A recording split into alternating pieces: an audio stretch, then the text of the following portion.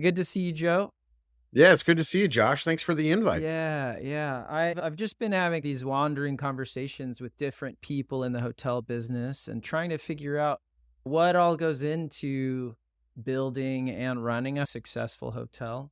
Glad to get to chat with you because I haven't spent much time with anyone in the design and architecture space. And I think that's like such a critical piece of what's part of hospitality and maybe one of the unspoken or unseen things, right? It's something that matters so much, but that people maybe don't actually think about right offhand when they're enjoying a nice hotel.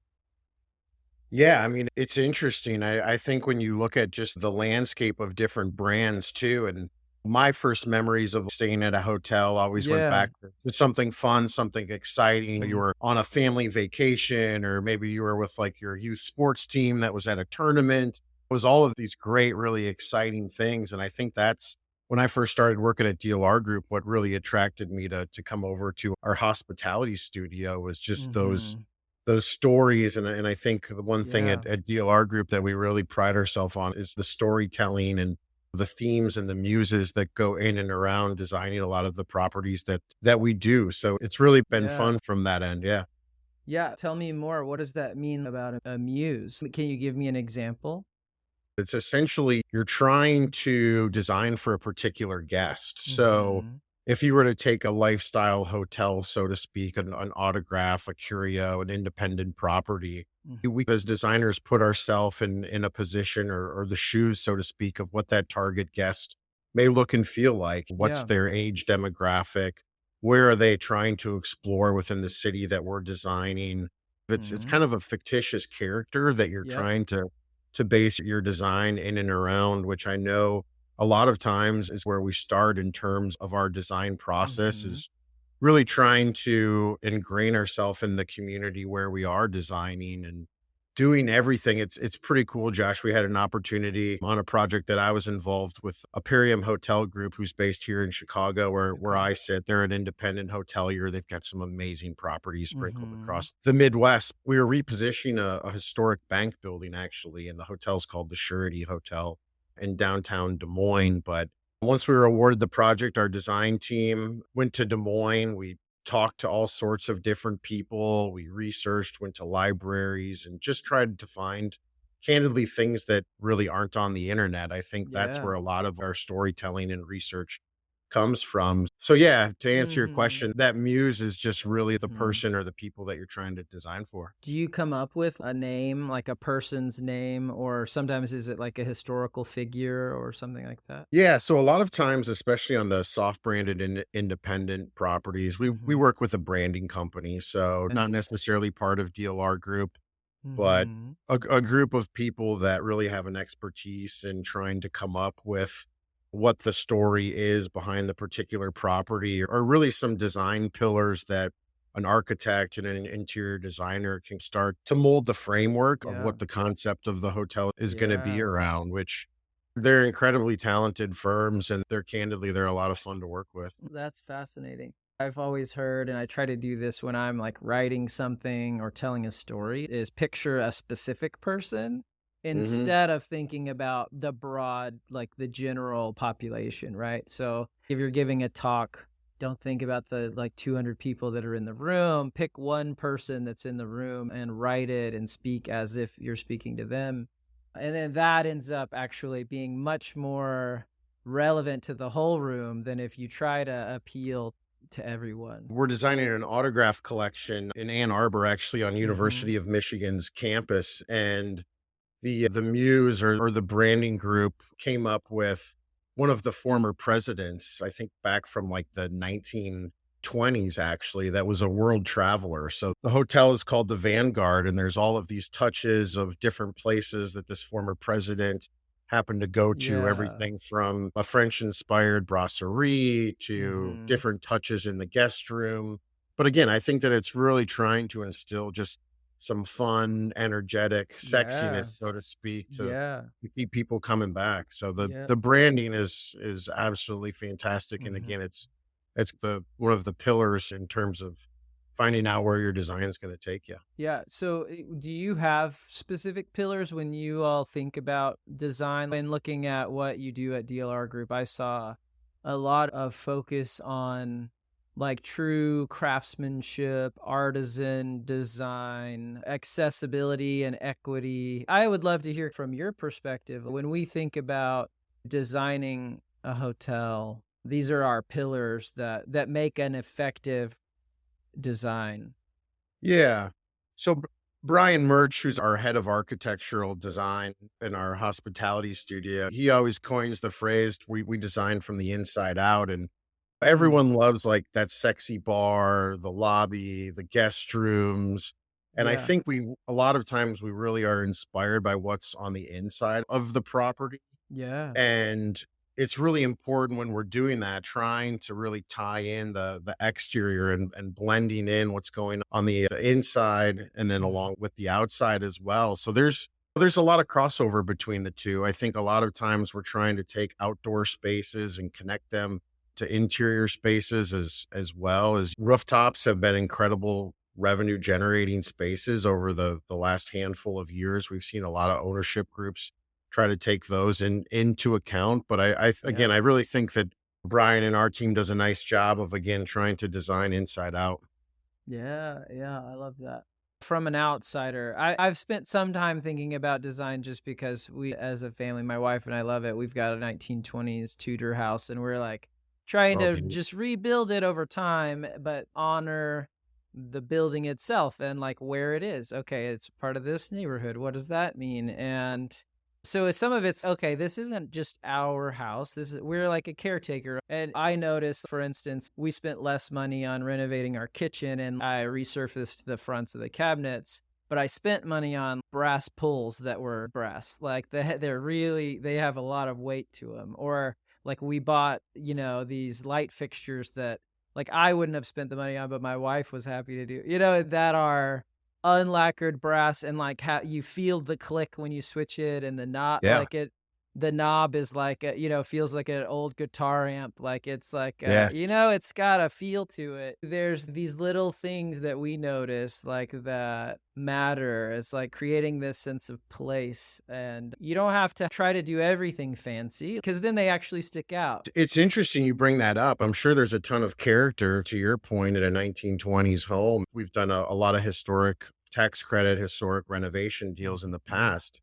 Those are almost easier to design in and around because that character, like that essence, Josh, Mhm. it's there. Whereas when Yeah. you're trying to build something brand new, you really have to search deeper. You have to do more Yeah. research. You're trying to Mm. build that, tell that Mhm. story at the Yeah. same time. But again, you go into a 1930s bank building, there's a lot of character, there's a lot of history there. Whereas Mhm. when you're doing, again, a new build, those bones don't exist, so you're having Yeah. to create them, which is Yeah. far harder, so Right, building something from scratch that has soul, like, that has, like, yeah, this substance to it.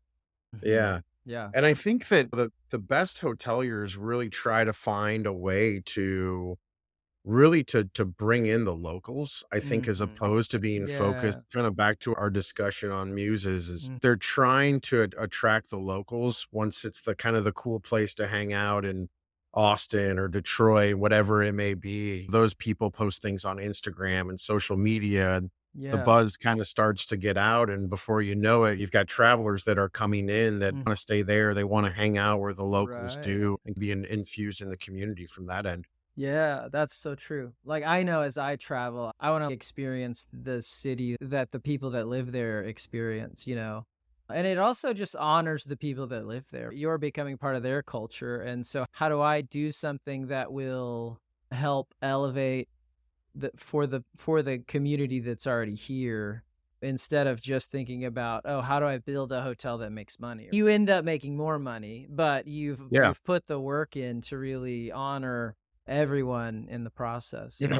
Yeah, and the people that were there from the past too, and Yeah. that's the cool things in Mhm. this hotel that we did for Aperium, the Surety Hotel. There's this wild raccoon that's like in Okay. the bar when you're right when you walk into the bar and everyone's, "What's the story with this raccoon?" When we were doing our research and when we When were you say wild charretting, raccoon, are you saying like a taxidermied yeah, raccoon? it's not live anymore. Right, but I mean, it's Right, not right. just a picture. There's Yeah, a real. there's Okay, a all right, yeah. cool. So we learned that this woman that lived down the street had actually a pet raccoon, Okay, that she would walk down Main Street where this hotel exists, and there was some connection that she had with this bank. So we found it actually in a library, one of the branding groups wow, did. And so we ended up getting a raccoon taxidermied, and we had it wow, bedazzled and whatnot. And it's just a cool little piece. yeah, that's It sits there amazing. in the hotel bar and whatnot. But again, Yeah, back to your point, I mean, I think it's how can you connect what's happened in the past and yeah, just interesting things from the community that you can tie and thread into your property. yeah. Oh, I love that. Yeah. Okay, so if we like back up a little bit, you said as a kid you remember the experiences you had at hotels. One thing I'm curious about, because I think everyone kind of defines it differently, is just like what's hospitality for you? What does the word hospitality mean to you? Yeah. I think just again, going back to the family vacation and Hmm. hospitality to me, I think just encompasses people being there to support and help you. Like you think about the word hospital, hospitality, all of that is like the same kind of root of being taken care of. What's your earliest memory of feeling supported and taken care of? One of the things that sticks out to me was we used to always get together for Christmas vacation, and Hmm. I had a boatload of cousins, aunts, and uncles. We get together in Minneapolis. The one thing that will always stick out to me is the smell of chlorine as you're getting closer and closer to the pool. Yeah. I think the Hmm. old school Yeah. Holiday Inns. Similar. Going into my first like, embassy suites as a kid and seeing that the big indoor atrium, Yes. and but you could also smell the pool when you step in there. Yeah. They Yeah. had the mile-long buffet, breakfast buffet in the morning. You just cruise through. Hmm. Yeah. Hmm. Yeah, there is something like really special about the stuff that sticks out, right? Like you have your regular life and your regular patterns, and like when you step into a hotel, like it is this opportunity to cause a pattern interruption for someone, right? A disruption like having a taxidermied raccoon. There's Yeah. it's an important part of creating a memory is creating a pattern disruption, I think. Yeah. Um Yeah, it's interesting you bring that up. We designed a autograph collection hotel up in Fort Collins for Sage Hospitality. It's called the Elizabeth, and it's all based in and around music. The donor was very prideful in music conferences, music conventions, music concerts, music fests, and wanted really to create a property that was based in and around music. And one of the amenity spaces that we came up with was a lending library. Wild, but you're able to go down to this small room and you can check out records mm, and different things from that end. But the other cool part, Josh, is that you can actually loan guitars. You could take wow. a guitar back up to your room. All the rooms had these like Yeah. little Marshall amps and whatnot. Ah, Yeah, I think there's is there like record players in the rooms as well? yeah, so every Oh, room's got a that's record great. player and Mm, and whatnot. But again, I mean, I think it's just about yeah, creating some of those different that's memories, so to great. speak, from your end that you can Mhm. incorporate into things from that. The We were thing just glad that no one put drums in those lending libraries. I was staying in, don't tell anyone that listens to this podcast, an Airbnb recently, and Oh, there you go. Yeah. but like it was in Austin, like on Zilker Park, and they like they play drum circles like out at the park, right outside of this house, basically. Okay. And so I thought this was awesome. The way that the host like handles it is they put drums in the closet for you so that you can join the drum circle. Oh, no They way. put sound machines in all the rooms, also like white noise machines to help or whatever, but instead of building this as this is something that's going to try to counteract the noise, instead like how can we actually just embrace it? Bring it Like in. Yeah. here's 5 drums in your closet that you can have your own drum circle or go join the one outside, which Yeah. I really So like. did you join? I danced in the drum circle, but my There you kids were go. embarrassed. But we had our own at the house. Yeah. Yeah, it was fun. That's fun. That's Yeah. fun. It's Mhm. interesting on the Airbnb space too. It's wild how Mhm. we've really seen extended stays morph and change over the Yeah. last handful of years, Yep. especially since COVID, right? Mhm. The extended stay program is really changed in a big way, which is cool. We did a hotel in Denver. We're doing another one in Colorado Springs, actually for Sage Hospitality as well, but it's called the Catbird. Mhm. And it's these really cool, like high platform beds. They're up probably 4 feet, Yeah. very compact and whatnot. But it's interesting how much we've seen extended stay kind of change over the last handful of years. Yeah, what have you seen there? It's just the amenities that they're providing Mhm. for these people that may be on the road. Yep. I was actually there just a couple weeks ago. I think they said that they've had a guest been there for, I think, almost 5 or 6 months. How did they So, design things differently to get somebody to wanna stay that long? yeah, that's a good question.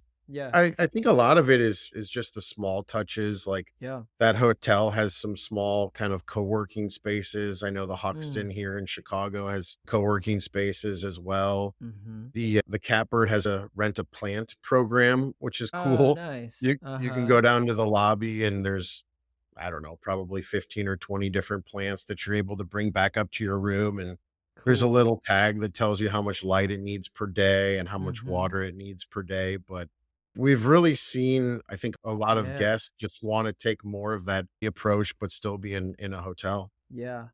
Like, you see Airbnb going at this directly right now, with their advertising of if you're going with your kids, like, you don't wanna stay in a hotel because, like, you're gonna go to bed at 7 p.m. when you put your kid in bed. Like, all the lights have to go off or whatever. But now also, like, what you're saying, right? That's not true anymore. There's a lot of opportunities to create and design based on evolving needs. And I would say that's probably been one of the biggest opportunities from design standpoint for hotels is when you need multiple rooms and you need sleeping areas for a group of people that are together to keep them from just being like separate units. Yeah, and we're starting to see some hoteliers and some hotel brands Mhm. get into the bunk bed Yeah. situation, talk about like Moxie and Motto and whatnot Yeah. that maybe Right. have more Mhm. micro brands, Yeah. so to speak, but are trying to just house a few Mhm. more people than maybe a traditional Mhm. hotel room would. But I always think back to like spring break in college when you had 6 guys in a, Daytona Yeah. Beach Yeah. courtyard, just everyone packed in Uh-huh. and whatnot, but Mhm. that's, again, something that the hotel Mhm. brands are really trying to Yeah. do. I love with Motto the connecting rooms of you could get, 3 rooms and have one middle as a suite. When we stay at the Anatole, we can get a couple of, like, corner rooms here in Dallas that then all 3 rooms can connect so that it does feel like you don't have to go stay somewhere else. There's trade-offs on both sides, right? Like, you get a lot of Yeah. inconsistency with Airbnbs and like staying in someone's house, but you get this togetherness, but you don't get the bed you probably want. Or just fresh Uh-huh. sheets at Yeah. times, or I mean, something Right. like Totally. that, I think people Mm. are a little bit Yeah. hesitant of, and Right. again, I mean, we go back to those travelers that want to Mhm. experience a local Yeah. vibe, Yeah. local restaurants and whatnot, and not to say that you can't do that if you are staying at an Mhm. Airbnb, but I Yeah. think from a hotel perspective, you're probably a little more apt to go check out Yeah. the cool restaurant down the street or Yeah. whatever it may be. Mhm. Yeah, Uh, totally. yeah. Shifting gears here, could you explain to me if I were wanting to build a new hotel, why would I reach out to a firm like DLR Group? What's the need and how do you all assist in that process? Yeah, the nice part about DLR Group is we've got 30 offices from coast to coast, so we're in a lot of Mhm. different markets. Our hotel studios, Josh, really sit in 3 or 4 of those markets, Yeah. so we've got probably 55 architects and I'd say 30, 35 interior designers that Mhm. just work on hospitality projects, which are typically only hotels. Yep. And what that does is it gives us a lot of insight in terms of how different municipalities run, how Mhm. entitlements work, how permitting works. So Yeah. you may have we've got a big design team here in Chicago from an architectural interior design perspective, but the project may be in, I'm just making this up, Austin. And we've got a local office there in Austin. So we'll interject a couple people from our Austin office that can help with the city process, entitlements, permitting, code. They know the local contractors. They understand how the city process will work. That just allows our clients to really get that expertise of a national hotel studio, and then Yeah. also understand what's going on locally too. So Mhm. I think that's why a lot of our bigger national clients really like working with Yeah. us. I know you've had some guys Mm. on the podcast before from like White Mhm. Lodging, Witness Mhm. Group. We've done Mhm. some work with them. So Mhm. people that travel across the country, I think that they really see value in the way that our model is set up. Yeah. Maybe can you simplify it more for me? So let's say that I find a lot like that is in a spot that I want to build a hotel. And like I've got financing secured, but I do want like Good job. I do Yeah. want to engage someone to help me build the thing. I would need a group like yours that's doing the interior design and architecture. Then you would also help me with the branding side. Yep, the branding side, I Mhm. mean, you'd need a team of engineers, so structural Okay. engineers, And mechanical, they're like, electrical. those engineers are reviewing like what your firm designs. I mean, it's How does really a that partner. process work? Okay. Yeah, it's a partnership, and a lot of it would be driven from your side too to give Okay. us what's called a program, Josh, which really outlines the Mm. number of keys, what Okay. kind of food and beverage you want implemented in, Mhm. how Mhm. tall you wanna go. I mean, you Okay. listened to Gertesh, who was on a couple weeks Yeah. ago talking about just construction costs and navigating city processes. Mm. You'd like to stay away from what's called high-rise code. Yeah, Um, okay. there's Because it's certain like structurally, it's a lot more time and cost, I would assume.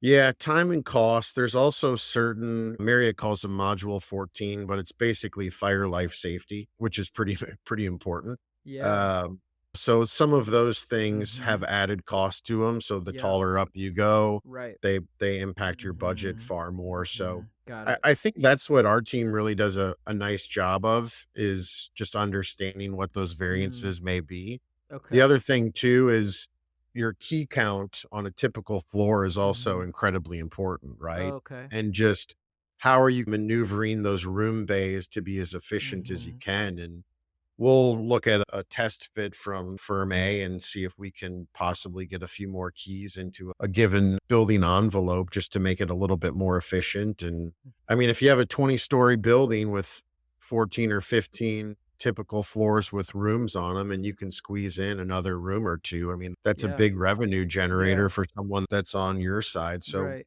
we really try to take pride in that. But step one is doing what we call a test fit. So it's Mhm. understanding really the kind of the parcel that you purchased, what the program would be, how Can I amenity spaces fit Uh-huh. in. How Yeah. would I come up with a program? You've said like some of the folks that you get to work with are first-time hotel owners. How do they Hmm. get to that point where they're like, "Here's the program. Here's what I would like Yeah. to do," and the plan in general. Is that something they come up with, or they get help with that? How does that process work? The brand dictates a lot of what the program would be. If you're going to do a Mhm. pure prototypical 140 key Courtyard Marriott on a greenfield site outside of Topeka, it's Mhm. pretty cut and dry. Okay. But now Mhm. if you're gonna do an urban project, an Autograph, a Curio, a Yeah. Tom's, your program is gonna change a little bit. Mhm. It's gonna adapt more to an urban site. It's gonna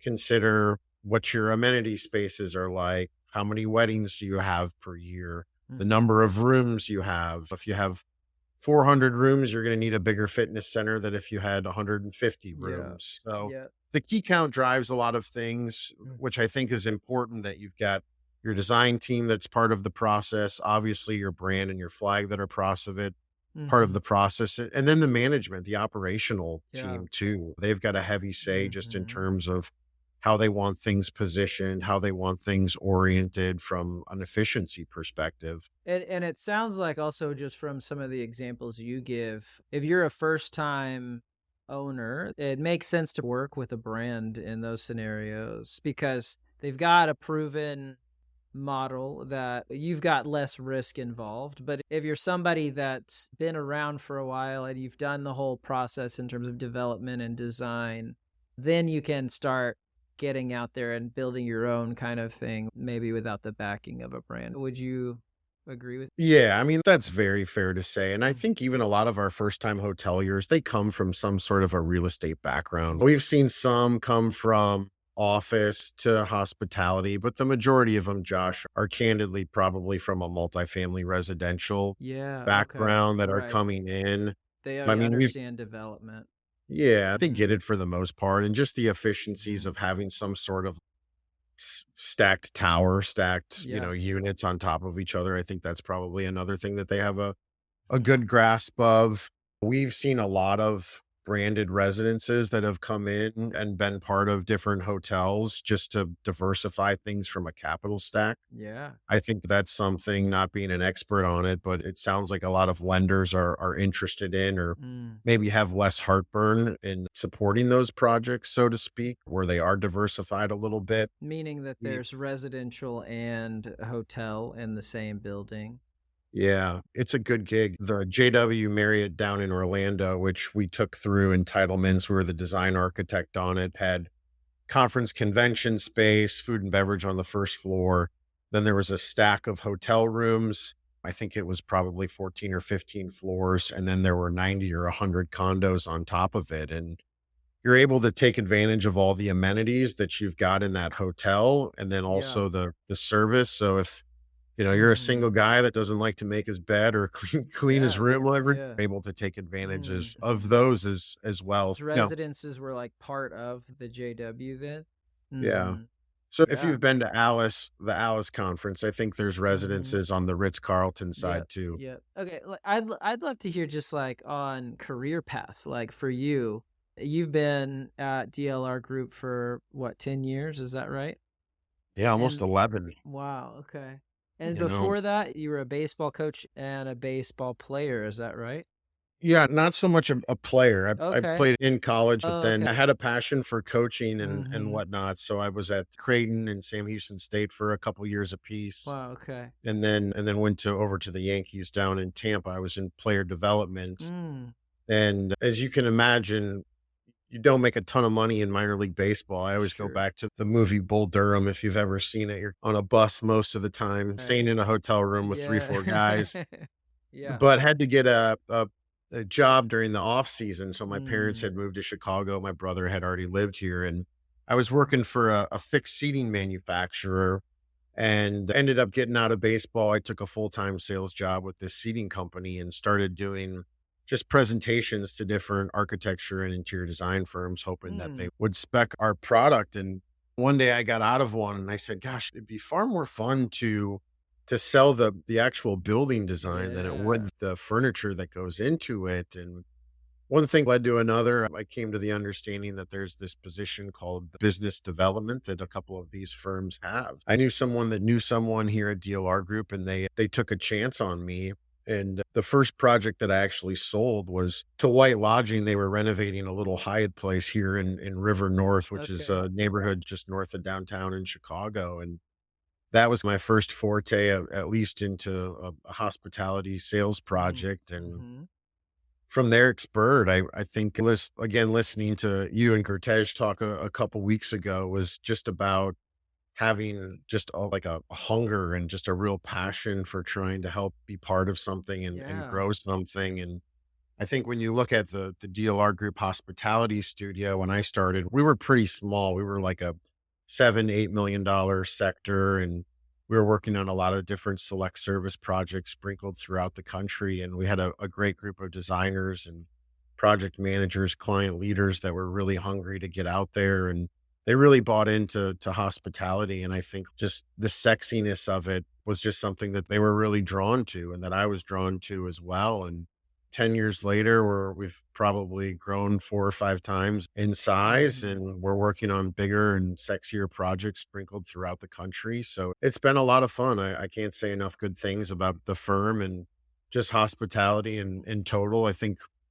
some of the markets that we get to travel to, Josh, have been a fantastic way to see the country and beyond. We're doing some work in Saudi Arabia right now. For Wow. there's a crazy project over there called, it's the Cube, but it's the Mukaab is the name of the project. And if you've seen the Sphere in Las Mhm. Vegas, picture that like times 40 or 50. Yeah. It's just this massive like silhouette of a Mm. cube that Mm-hmm. will have different illustration and things on the outside, and then on the interior there's 4 or 5 different hotels. There's Wow. entertainment. It's wild how much this job and hospitality in total have allowed a lot of us to travel around and see really cool parts of the country. Yeah. What does your day to day look like? What do you spend your time doing in your role?